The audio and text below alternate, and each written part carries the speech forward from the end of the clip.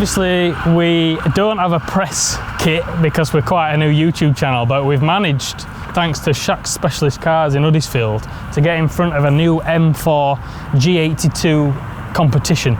So we're gonna have a look and see what it's all about, these new M cars.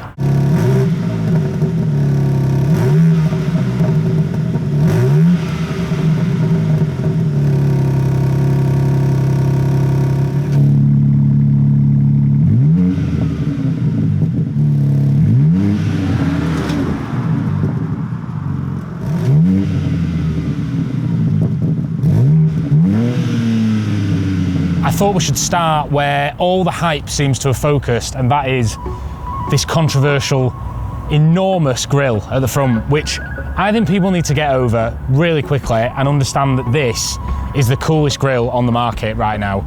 And for me, I think BMW have been bold, they've been brave, and I think they've once again stepped forward with their styling more than any other manufacturer, and I think it's absolutely flawless. The normal M3 and M4 put out 473 horsepower and 550 Newton meters. These more powerful competition models get 503 horsepower and 650 Newton meters. This one is just got everything on it as well. This has got the ultimate pack, obviously the carbon pack as well. From that angle you can sort of see these you know, carbon accents all over the place. You know, we'll have a look at these bucket seats in a minute as well, and they're just like, we've never seen anything like that in M cars before.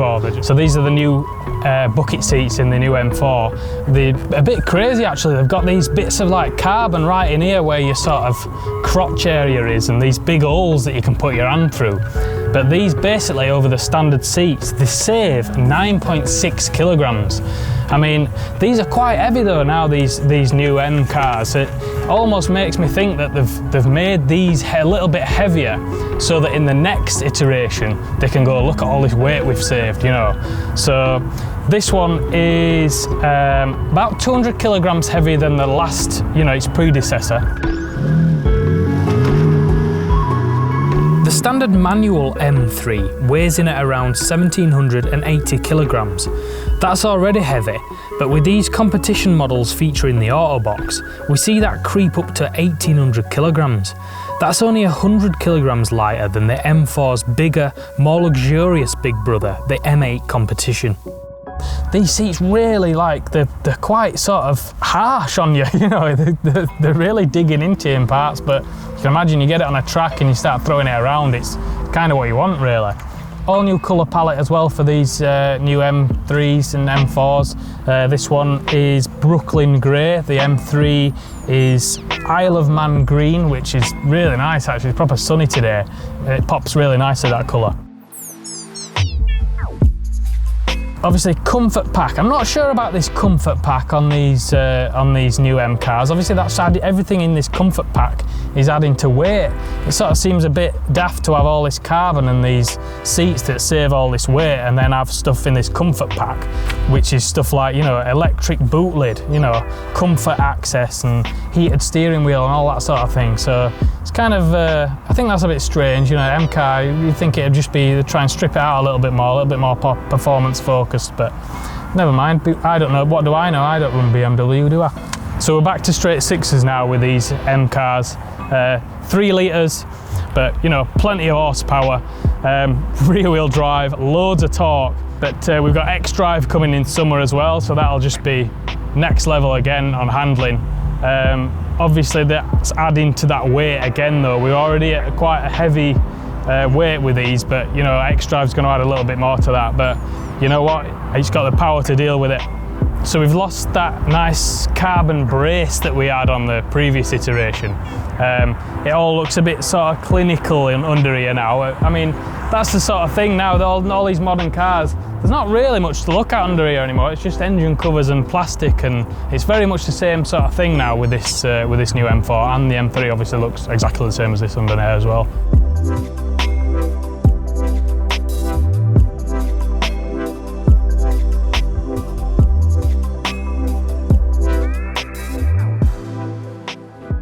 What are you saying? Yeah, I like it actually. I'm a fan of the grill as well. I know everybody's saying it's a bit buck-toothed and everything else, and everybody's complaining about it, but I like it. It's aggressive, you know. It's like you say, it's quite bold from BMW to go, you know what, we're just gonna like put a mad different grill on. Yeah, I think one thing, like for me, I think we both agree on is the fact that the styling is absolutely spot on in it.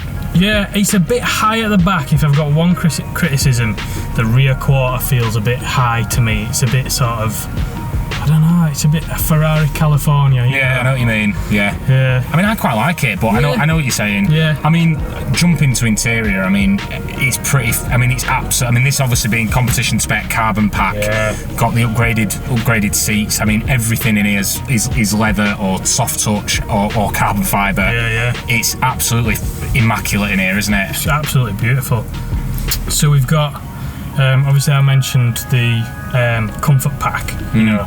So we've got like button here for your heated steering wheel, electric boot lid, comfort access, which is proximity. So if you've got like your key in your pocket, you just come up and you like rub the door. That's cool. And caress the door and it opens for you. Visibility pack as well. So if you see that little blue accents on the lights, it's basically like the beams on, and it recognises where cars are coming towards you, and it like stops the beam at that point and stuff like that. It's genius. It's pretty clever, to be honest. Yeah, they're always right at the forefront, aren't they, BMW, with all that stuff? Oh yeah, it's like they've stopped. Back in the day, they used to do that with the 7 Series, didn't they? So the 7 Series would have all the toys on it, and then that'd eventually trickle down to these cars. Yeah. Whereas now they're just like, nah, we'll just put it in everything, top spec stuff. Obviously, this car's on at 84,995. Yeah. We'll put a link below, obviously, if anyone's interested. But it's absolute, like you say. I mean, for me, other than the M2, the M4 is the only other M car I'd buy at the minute. I've got some specs here just to sort of compare these. So obviously the M4 is sort of taken off where the M3 left off. So like back in the day we had the E30, first one, 215 brake, 230 Newton meters, 1200 kilograms. We're now up to 510 horsepower, 650 Newton meters, but 1700 kilograms. The torque that they're getting out of this engine is bonkers. It's mad, isn't it? I mean, bonkers. I'd love to drive this, and hopefully we'll get to drive it. That's like, so that's level of torque's like TDV8 Range Rover torque. Yeah, but all the way up to the 400 odd brake. It's mental. 500 brake. It's mental. It is mental, yeah.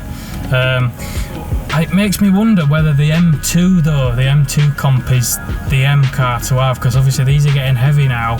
You know, the M2 comp, it's still 1500 kilograms, but it's a smaller car. You know, 410 brake, 550 Newton meters in the M2. Yeah. Everybody raves about the M2. Yeah, proper drivers that rave balance about and it's right there. Yeah.